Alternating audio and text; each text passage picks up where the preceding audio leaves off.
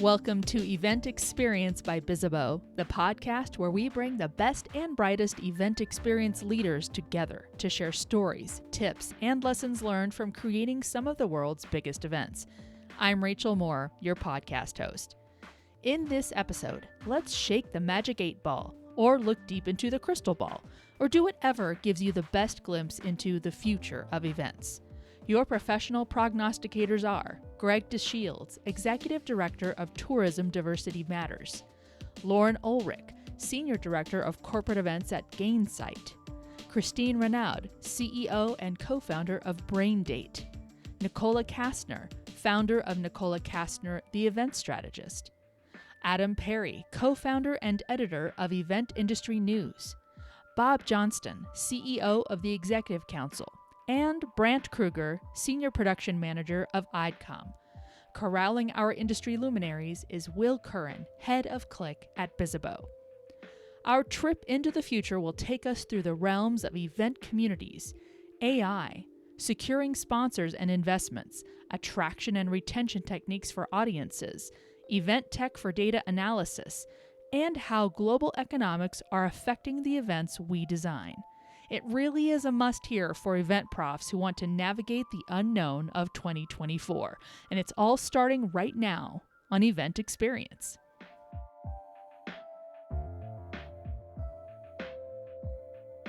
We have some absolutely amazing speakers here because I'm thrilled to present the 2024 event trends, the future of events right here. And, you know, the events industry is changing more rapidly than ever. We're going to be diving into the trends and insights that will shape the future of the events industry. From the rise of conscious conferencing and AI-assisted events, leveraging tech to craft more data-driven gatherings, we are here to explore the pivotal changes and redefine how we organize, attend, and experience conferences. So we've invited some of the most amazing luminaries in the entire events industry to share their insights on these topics. It's my pleasure to announce our first guests, Adam and Greg, who have some interesting thoughts about conferencing as well. So thank you guys so much for joining. All right. So when we talk about conscious conferencing, we're looking at all the things that matter to attendees: diversity, equity, inclusion, accessibility, and sustainability. So starting off with our recent survey and our recent report, the State of In-Person B2B Conferences, DE&I and Sustainable Practices emerged as one of the most notable challenges organizers have, with 19.5% of organizers saying this is their biggest set of challenges and 20.3% saying it's their second biggest challenges. Whew. That sounds like we have a challenge to solve here. Sorry, considering that 26.8% of attendees said sustainability and DEI are their number one priority when choosing their events to attend, and 31.2% of attendees said sustainability and DEI are their number two priorities when choosing events. I think it's more than ever we need to be focusing on this topic in really genuine new ways. So we're going to kick it off with Adam. You founded Event Sustainability Live, which feels like almost like a lifetime ago. It was like a couple weeks ago, and you're really close to this topic. One of the free responses that we received on the survey from an organizer that's really, really stuck with us. They said, real sustainable practices are hard. Greenwashing is so easy. Do you agree? What do you think that the events industry will do to change sustainable conversation in 2024? And are we talking like more micro events, virtual events, flagship events shrinking? What are your thoughts? I think it's a really interesting response and a valid one. And I agree with half of it and not with the other half. So yes, implementing sustainable practices can be really challenging and feel really, really daunting. But I don't agree with the industry's greenwashing. For me, greenwashing refers to making deliberate, misleading sustainability claims. I think it's very easy for people to make sustainability claims with, unintentionally, and they're kind of that greenwashing element. But I don't think as an industry we're really going out there, whether that's the supply chain, whether that's organizers, others, kind of trying to mislead people with intention. I think what we actually as an industry have to be really careful of is more around green hushing, which if you look at what green hushing means, it's an increasing number of companies that aren't shouting about the excellent initiatives that they're actually doing on any scale, right? And we all have a huge range of different capabilities and abilities in terms of how approach to sustainability, whether that's on a personal level, whether that's as a company. And I think actually what we do need to do as an industry is collaborate and share more on all of those really small micro kind of movements that we're making when it comes to sustainable practices. I think we also need to make sure that we look outside of just the environmental element of sustainability and make sure we're looking at social and governance as well. That's where DEI comes in. That's where accessibility comes in. That's where people and purpose comes in.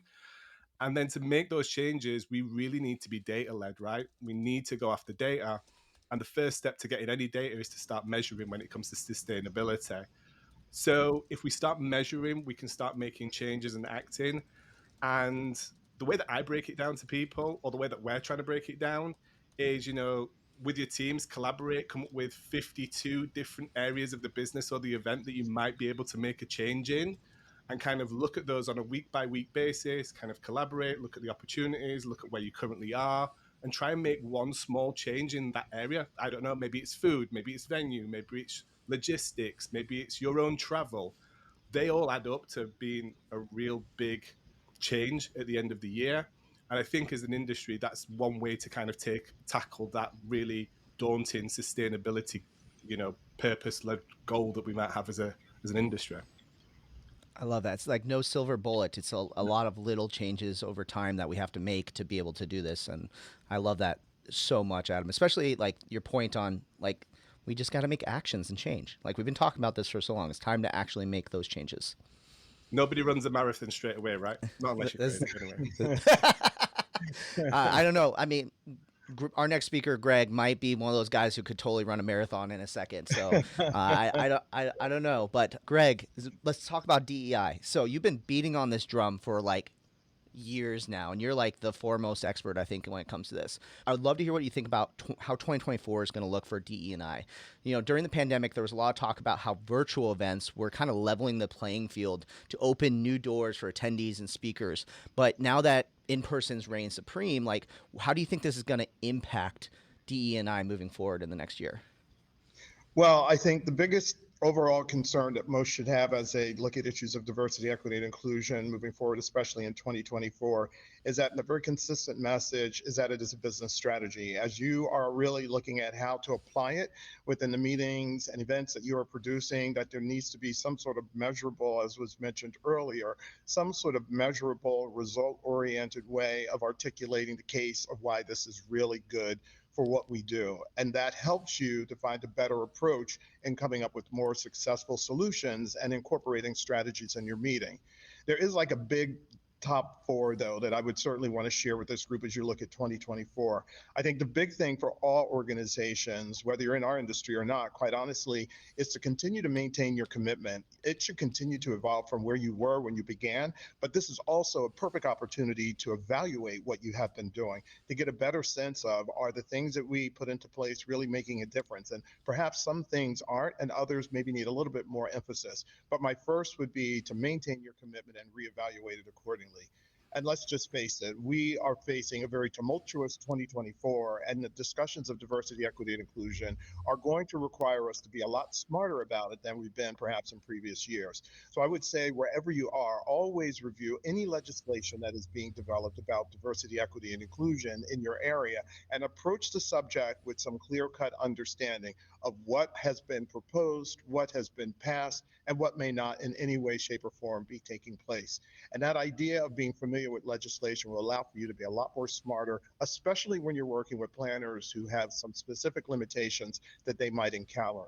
The third is that diversity, equity, and inclusion language is evolving. If you are still using the same words that you did back in 2020 or even before then, you're certainly not staying contemporary. And I love the idea of the language and how you've even defined this on consciousness. I think we have to be ready to be able to change our words to speak appropriately and engage with professionals accordingly.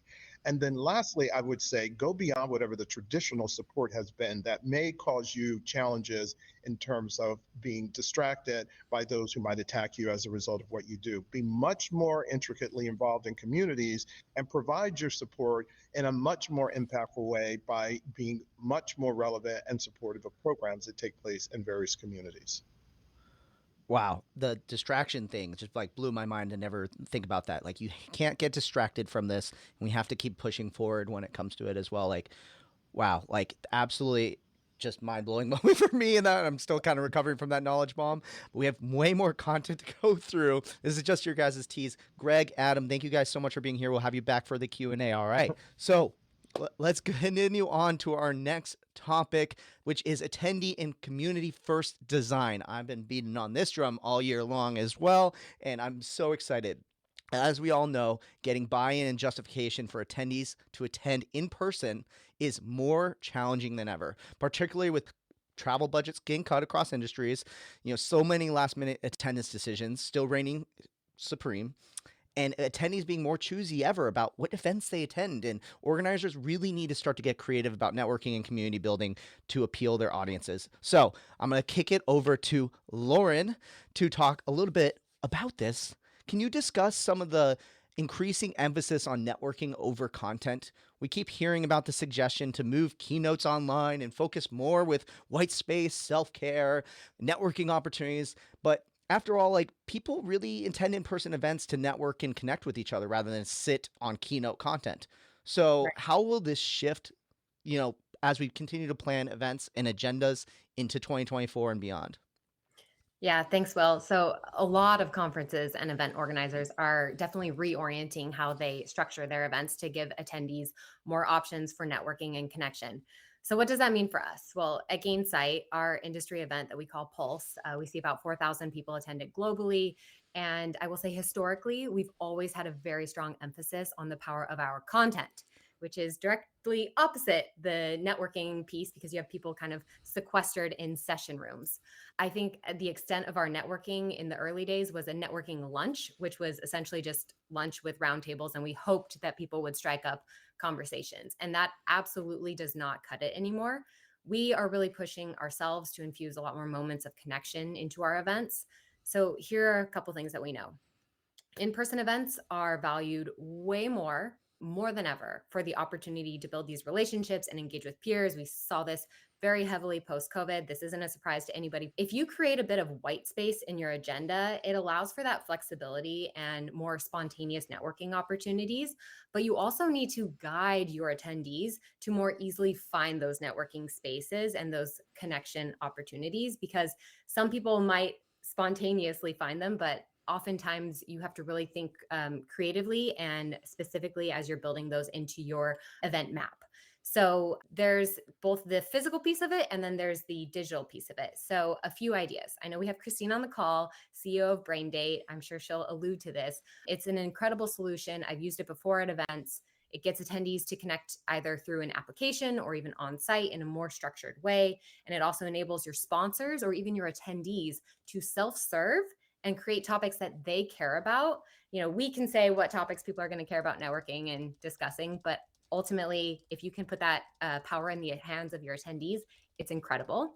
You, of course, will have an attendee app. That's pretty table stakes these days. So think through how you're using that app to make it easy for people to connect before, during, after your event. Make it so they can tag their interests, so they can search for people and self-identify certain criteria like industry, maturation, company size, all of those different parameters. And there are tons of other matchmaking and mentorship tech out there, like Mentorloop, for example. So it's worth exploring what your attendees might get the most benefit out of. And then as far as networking activities, it's really all about customization and personalization. So at Pulse, we have a few lounge zones that are based on persona type. So for example, we have one called the CS Ops Clubhouse, and they have specialized networking topics and engagements. That way they can find like-minded folks that really make it the time that they're investing by coming to your event well worth it. We also run something called Circles of Success during lunchtime, which is about 15 different birds of a feather topics. It's wildly popular, but very important. We ensure that there's a Gainsight employee there to facilitate the discussion, to make sure that everybody at that table has a voice and they're participating, again, about belonging, inclusion. And then I'd recommend looking, like I said, at the footprint of your venue to ensure that it's not siloed. I think in years past, it's been expo over here, content on a different floor over there. infuse it all together, bring your networking into your sessions, maybe explore doing a workshop format. A few other ideas really quickly. On the field marketing side, we actually have an incredible team that plans about 10 different satellite events that exist outside the walls of our conference. Those are very targeted micro events that are aimed at key decision makers and customers and prospects. And then a few more, put the power into the hands of your sponsors. So rather than a standard booth only sponsorship, make sure that they have activations that allow them to bring connection opportunities to your attendees, and then embed the wellness and the mental health also into your agenda. Something at our Pulse events, we do sound baths, we do meditations that are guided actually by a Gainsight employee, we do morning runs. So consider adding that in and baking it into your agenda so attendees can find it when they build their agenda. And then last thing, think about your attendees who are first timers or flying solo. Proactively communicate with them before they get to your event and offer them experiences to make their time feel not so lonely. I could talk about this forever, but I will stop. Ooh, I love it, which is perfect transition over to Christine, who can talk about community. And we're seeing this shift towards building event communities that ride the event momentum throughout the year and keep people connected, but also create opportunities for revenue year round as well. Can you highlight some of the trends that you're seeing in transforming events to a 365 a day community and vice versa? Absolutely. And I really want to build on what Lauren was talking about, because I think that a strong online community starts with a strong on-site community in the context of a live event. And what a community is a group of people who truly care for each other, who share a purpose, who want to learn from each other, and who have a sense of belonging. And for me, the strongest trend of 2004 in terms of event is to transform the impersonal event spaces that we create sometimes into a place of emotional safety, true meaningful connection, and that has to be rooted in belonging. And Lauren, you just mentioned, the idea that for first timers, we don't necessarily really host first timers properly, but it is so scary to be alone in a group of 5,000, 10,000, even 300 people. And that crafting of spaces of belonging at events where people feel seen, feel valued for who they truly are. And that's where we were mentioning DEI. Should we add the B for belonging in our strategies for DEI? I really truly believe that the way that we host our people on site will have a tremendous impact on the way that people will want to stay connected to each other post events or in an online community. And I think that where the online community really truly shines is that we believe at Braindate that learning has to be rooted in a meaningful life. When you go to an event or you go to other learning spaces, you don't disconnect your whole self from your personal and professional goals and struggles and challenges. But it feels when you're at an event that you are a bit disconnected. You create kind of this space, this bubble, this ritual where you want to feel safe to learn and grow and be inspired and really explore out of the boundaries of your daily life. But when you're a part of an online community, you are rooted in your daily life, which actually provides an amazing, really fertile ground for meaningful learning. And that's where, for me, the true benefit of having an online community post-event is in the learning opportunity that we provide in terms of, again, because I believe in, lifelong and collaborative learning, but to have those learning that are rooted in your life, in a meaningful life, and then connect your event participants with one another throughout the year to support each other in their challenges by truly enabling collaborative learning year long, I think is the way to provide more value to an ongoing year-long community than simply offering, one size fits all content on a digital platform. Wow. Preach. This is so good, guys. This is just the most amazing stuff. This is so incredible. We're going to come back to you guys in the Q&A, so hang around, and we'll be right back. But we're going to get on to our next topic and our next trend for the year, which is the economics of events and how is that trending for next year. This is actually something that came up abundantly in our survey, and that was sponsorships and budgets are struggling. Now, event budgets are healthier than they've ever been, but organizers are still struggling with the economics, particularly around sponsorships. So here's some of the quotes that we actually heard when it relates to this. Travel budgets are down, but our costs are up. Sponsors don't want to commit to event spends, and events are only to confirm attendance and sponsorships last minute. I also heard sponsors' dollars are shrinking. Venue costs and material costs and labor costs are inflated dramatically since the return of lockdown. So we brought ourselves an expert to talk about this one, guys. Bob, I'm so excited to have you here. What do you think are the ways that, what do you think about what organizers are saying right now? And what do you think the struggles that we are going to see around struggling to secure sponsorships, and how will that impact events in 2024? Yeah, thanks for having me here, Will. And, hats off. You guys are doing an amazing job here. And just years ago, I remember when your company started way back in, I think, 2010 or 11, and just look at where you guys are now. So hats off to y'all. So yeah, I guess I'm here to talk about the capitalism side of the events industry, right? It's a leading into 2019, it was a $120 billion business, from sporting events all the way down to festivals and events like we host here, which are kind of 20-person private C-suite breakfast, and dinner events. $120 billion per year spent up through 2019. And the truth is, you sort of have to scroll all the way back to 2008 to kind of figure out where we're headed next year. And I know that sounds a little crazy, but 2008, we had the last kind of economic hit, right? And basically from 2009 to 2019, there was a 10-year run. Marketers were spending money on events left and right. They didn't care that much about the return on investment. It's sort of like, hey, we have the dollars, let's go spend it, throw it up against the wall, right? And then speaking of the wall, we then hit 2020 and the budgets tanked. The events industry tanked, of course, as well. Everything moved virtual, which was great for companies like Bizzabo and various others, of course. But the challenge then is the past kind of 12 to 18 months has been, well, okay, we don't have the budgets we had from 2009 through 2019, and the scrutiny is far worse than it ever was. It's like, okay, maybe we've got 50% of the budgets we had in 2019, and we're only going to spend it on targeted types of sponsorships that we think will drive the return on investment. And that's a game changer in this industry.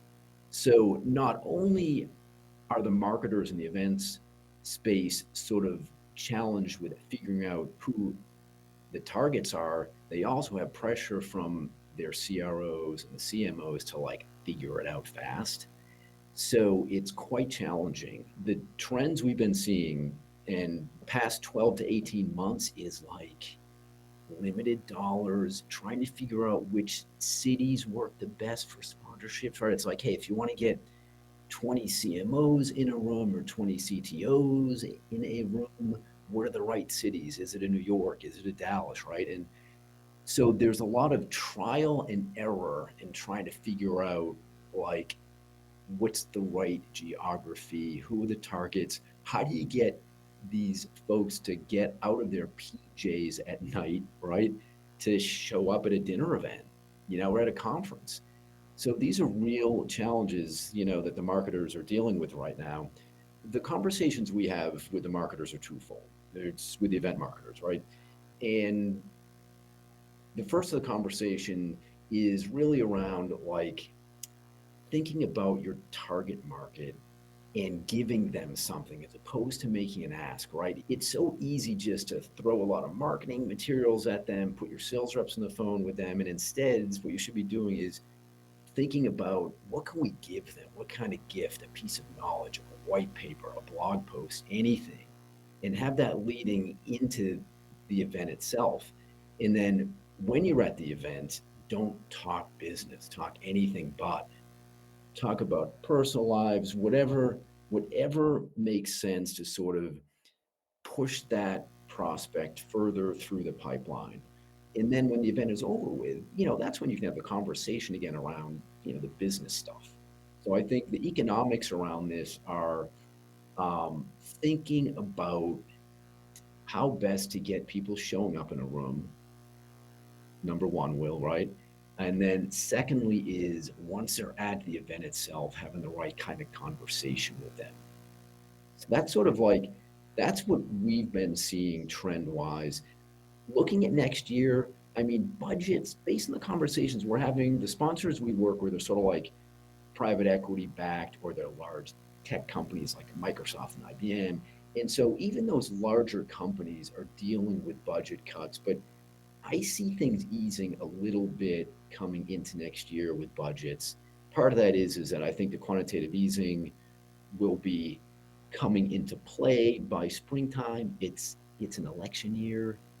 You know, the Fed doesn't want to continue to raise these interest rates, which means that companies will start to open up the budgets again because they're going to have a little bit of confidence in the macro. So that's kind of what we are seeing. I love it. Yeah, we are going to continue down the rabbit hole a little bit further. So we'll have Bob right back to answer your questions. So thank you so much, Bob, for coming, and we'll see you in just a minute. We'll be right back with more event experience after the break. Ever wished your event badge did more than just display your name? Whether you're an event organizer, exhibitor, or attendee, Bizzabo's Klik Smart Badge transforms the event experience. From interactive networking to real-time attendee insights to lead capture, the Smart Badge is the ultimate game changer for the events industry. Visit bizzabo.com/klik. That's bizzabo.com/KLIK to learn more about the next generation of wearable event technology. Bizzabo, your partner for building conferences that captivate.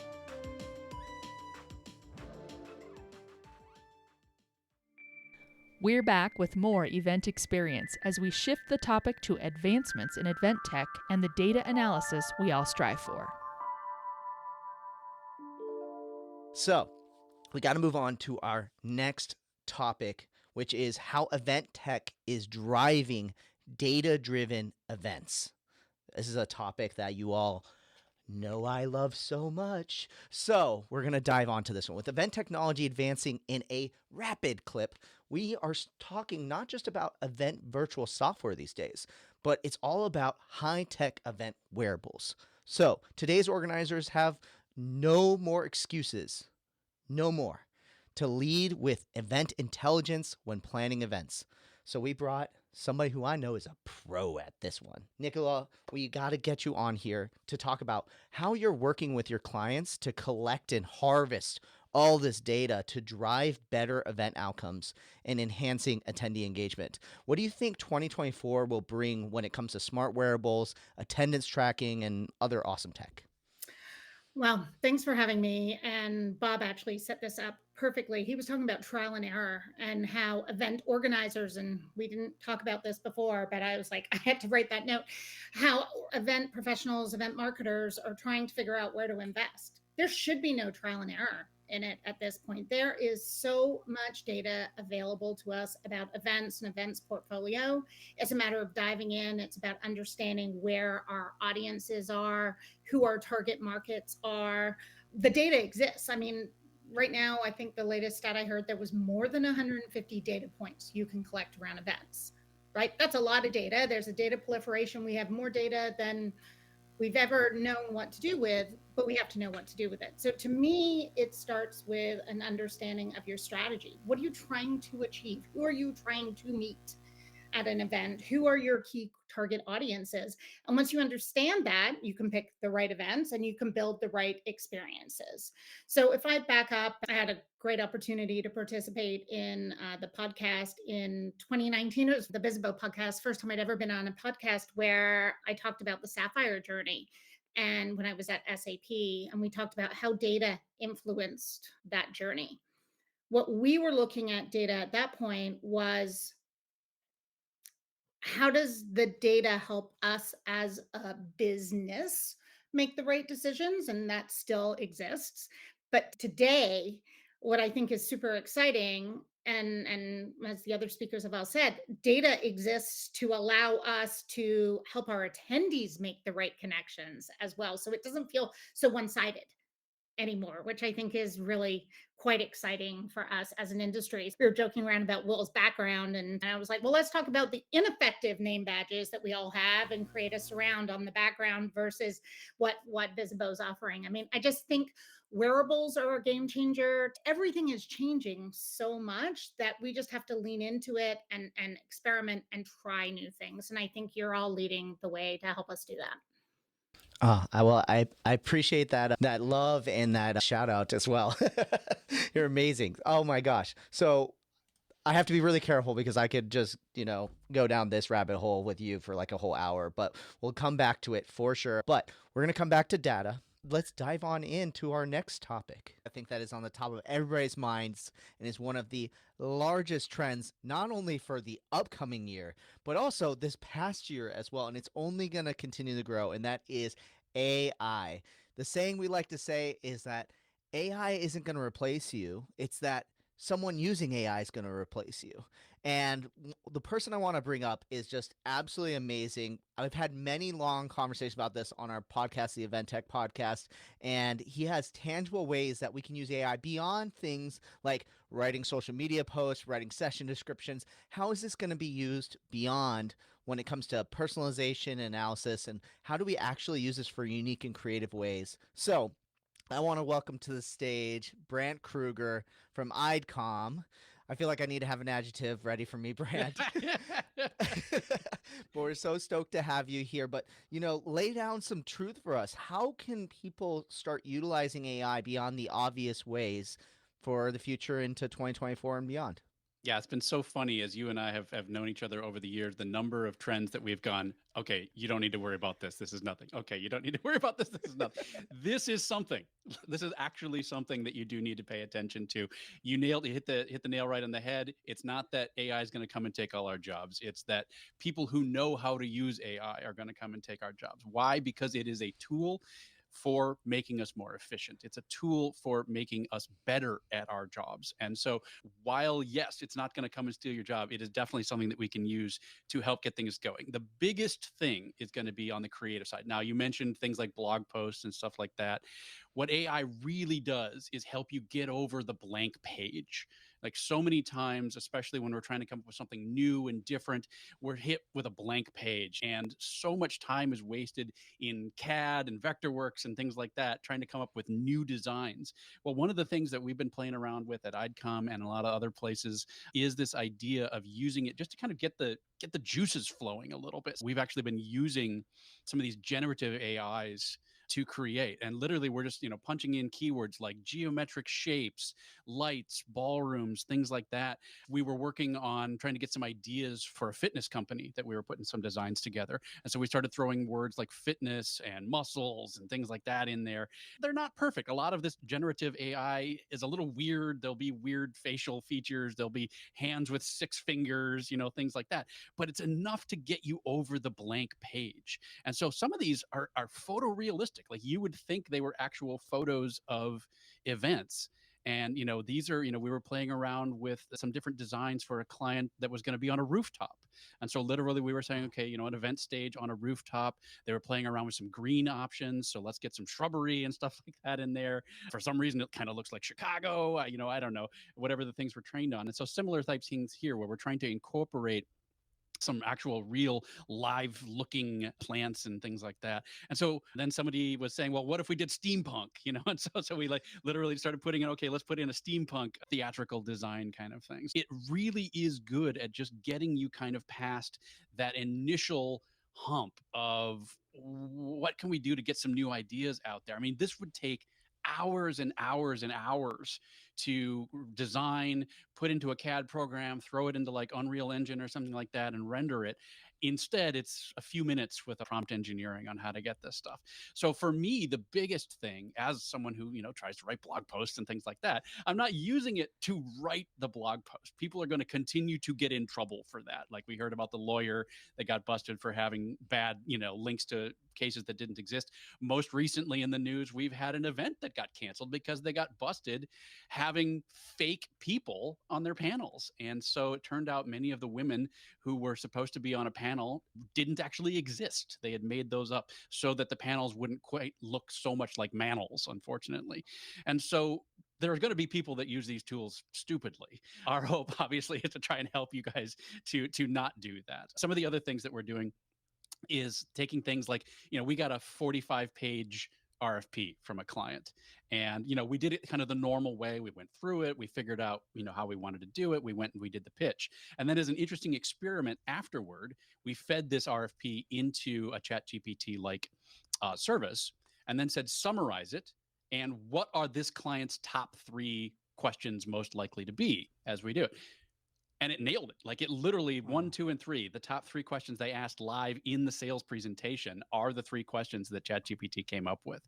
And so the other, really, in addition to getting us over that blank page hump, the other thing that these services are really good for are summarizing things, feeding it a bunch of information, and then saying, give me the top 10 points. We've experimented with using that on the podcast. Like, here's the transcript, write the summary, and away it goes. And, it's not that it's going to replace those human eyes. Like, you still need to give it a good look, but it's definitely a way to start overcoming a lot of those hurdles. Wow. Yeah, that was like so much good stuff. The renders are probably one of the most amazing things ever because, for my production days, they used to take hours and hours to do. And then I think the other thing that you brought up is this idea that it's like a companion to you, this idea that you can have it kind of helping you think through what are the challenges and questions you think they're going to have. Not just, oh, hey, answer the questions. A lot of times it's, hey, can I have someone to discuss with? It's like having that person in the office with you that maybe you don't actually have. Absolutely. And then just to kind of, wrap things up, the next thing that's just been announced are these mini GPTs where you can, feed it a very specific data set and say, I want you to only answer me from this data set. And so where my mind immediately goes is something like the CMP exam or something like that. You could feed it the entirety of all of that information that's on the CMP exam and then be able to query your own personal planner GPT and say, how many chairs per square foot, that kind of thing that would normally be contained in those information. And it would be able to just spit that information back out to you. It's not going to lie. It's not going to make it up from somewhere, which a lot of these, ChatGPT type services have had a problem with, is kind of making stuff up as we go. So that's what I'm really excited about as we move forward, is that this is actually iterating. It wasn't just a quick flash in the pan. Things are moving very, very quickly. So keep your eye on the ball in this department. Amazing. So thank you so much, Brandt. It's been so amazing to have you talking about AI topics. And, I'll look forward to seeing what else can come from AI in the future. My pleasure. All right. We are on to the illustrious Q&A. Although we didn't have time to touch on VR and AR and data security and venues, our panel of experts is here to answer questions about what these might bring in 2024 too. So starting with the community. This is something I think everybody in this group touched in some sort of form. So I feel like it would be something that you all can jump on into. So the question is, how do you encourage people to engage with an online community after an event? So we get so much engagement during these events. How do we continue that moving on? Feel free, whoever wants to jump in. Maybe we'll go Christine, since you were talking all about community first, and then anyone else, feel free to jump on in. I think that the first thing you have to do, we're thinking so much about event design in terms of our participants' goals and what they're trying to achieve and trying to serve that. And the question is, okay, what are people trying to achieve once they're back home, knowing that they might be part of 10 other communities? And that's the thing is, when people are at your event, you're competing a little bit with their work, with their family, but it's usually pretty far away. So they are dedicated, they are captive. Once they're back home, they're not captive. They have to share their time with their work and their family and their training and their workouts and everything else that's going on in their life. So in terms of your brand and what you do best in the world, what is it that you can provide that nobody else can? So that's obviously, your expertise and your thought leadership, but it's also the people. How can you create create a space where people can connect meaningfully around topics that are relevant for them just in time in their life as they go through their life and go through their challenges in their daily lives. And of course, for us at Braindate, it's all about peer learning and helping each other to learn from each other while they are facing those challenges on a daily basis. Nicola, do you wanted to add something? Yeah, I think we get focused too much on our event being a moment in time. And yes, our event is a great way to build community, but community starts before and it continues after, right? So I think you have to think about the entire customer journey, customer relationship, whatever relationship with the community, and say, how do we continue to add value across each of the channels, across the entirety of it versus just an event? I personally believe if we try and just create community at our events and then try to create it as a standalone silo with that, and then we've got all these other marketing signals and noises and everything else that's coming in, it's not going to work. We have to just think holistically across every marketing channel and use each of them effectively to continue to build that community. So I talked about how our primary event is called Pulse, and just to give some ideas to the listeners, we have a online community that we pre-seed topics into, and then during the event we encourage people to share their biggest nuggets of learning, not just on the event app but also on that online community, and then we continue with even more posts about particular session topics and things that happen on the community. So before, during, after, we call that All About Pulse, and it's on our Game Changer community. And then we also have networking events that happen at a small scale. We call that program Pulse Local. We do a virtual event a few months after. We call that Pulse Check. We have kind of mid-sized events that are physical in nature in key regions. We call that Pulse Encore. We have all of our digital content living on Pulse Library. We have an exec summit called Pulse CXO Summit. So think about different ways that you can bring that brand through the calendar year and differentiate how you deliver your single event in other formats. Yeah, go ahead. Anyone else want to jump in?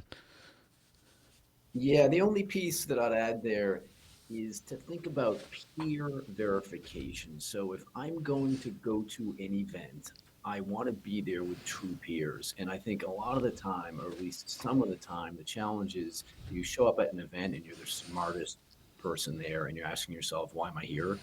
So I think quantity and volume of events doesn't matter as much as quality and strength of the relationships in the room.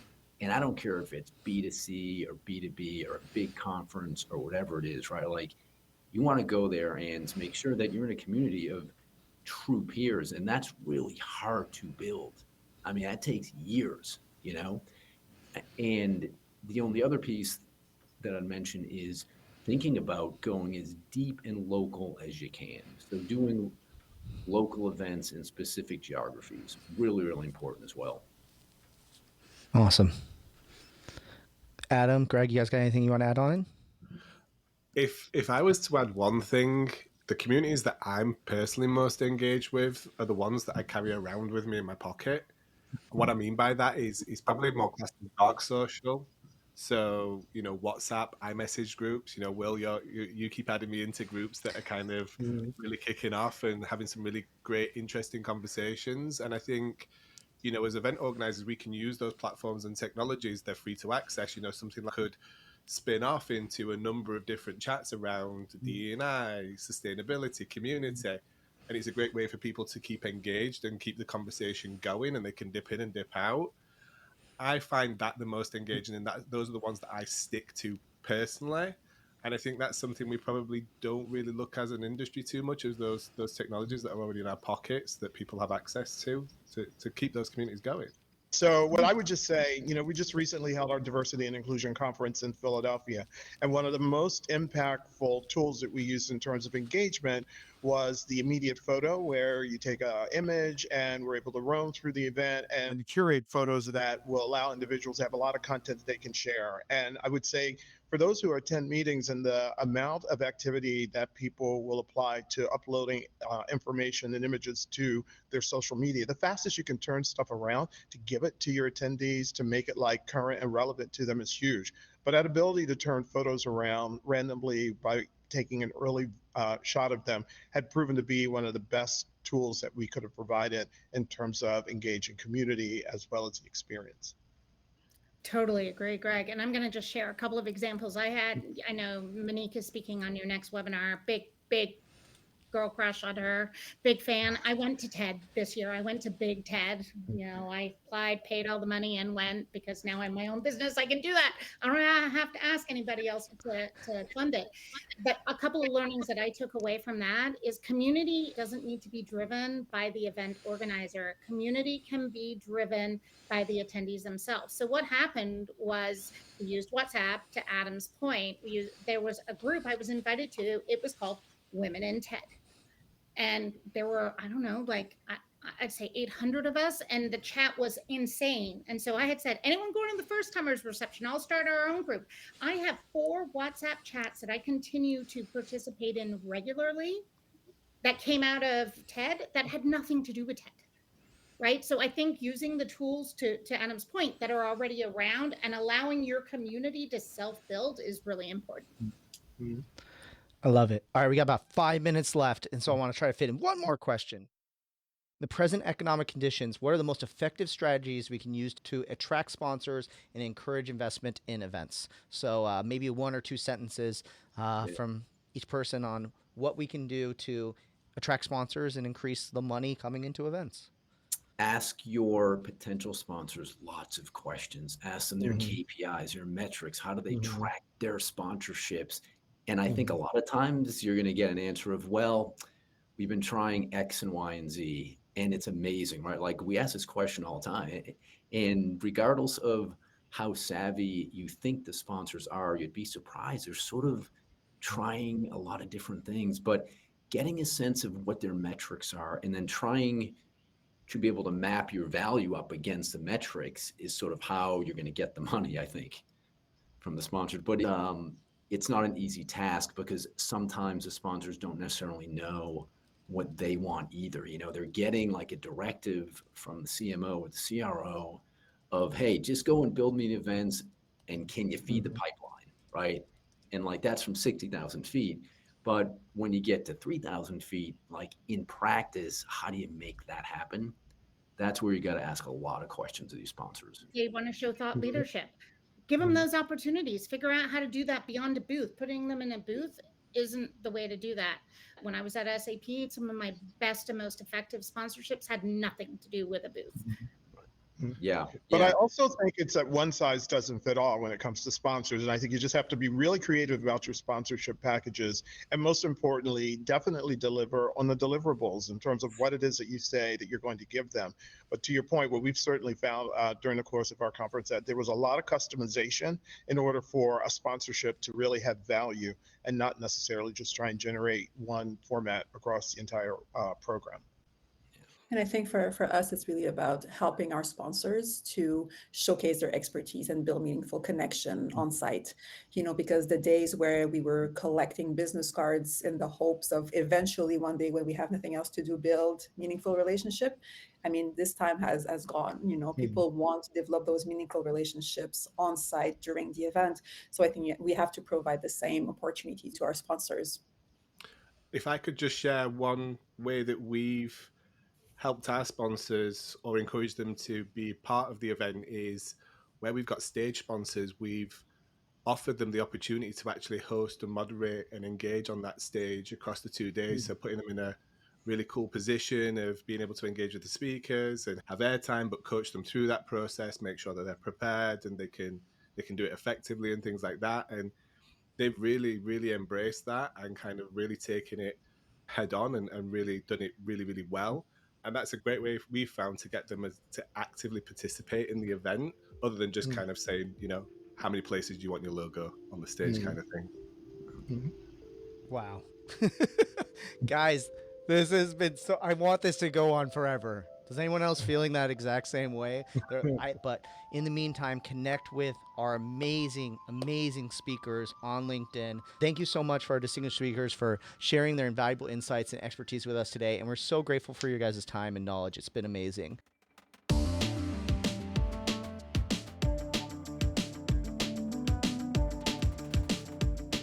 Thanks again to Greg DeShields, Lauren Olerich, Christine Renaud, Nicola Kastner, Adam Parry, Bob Johnston, Brandt Krueger, and Will Curran for this peek into the future for event experience. And thank you for listening.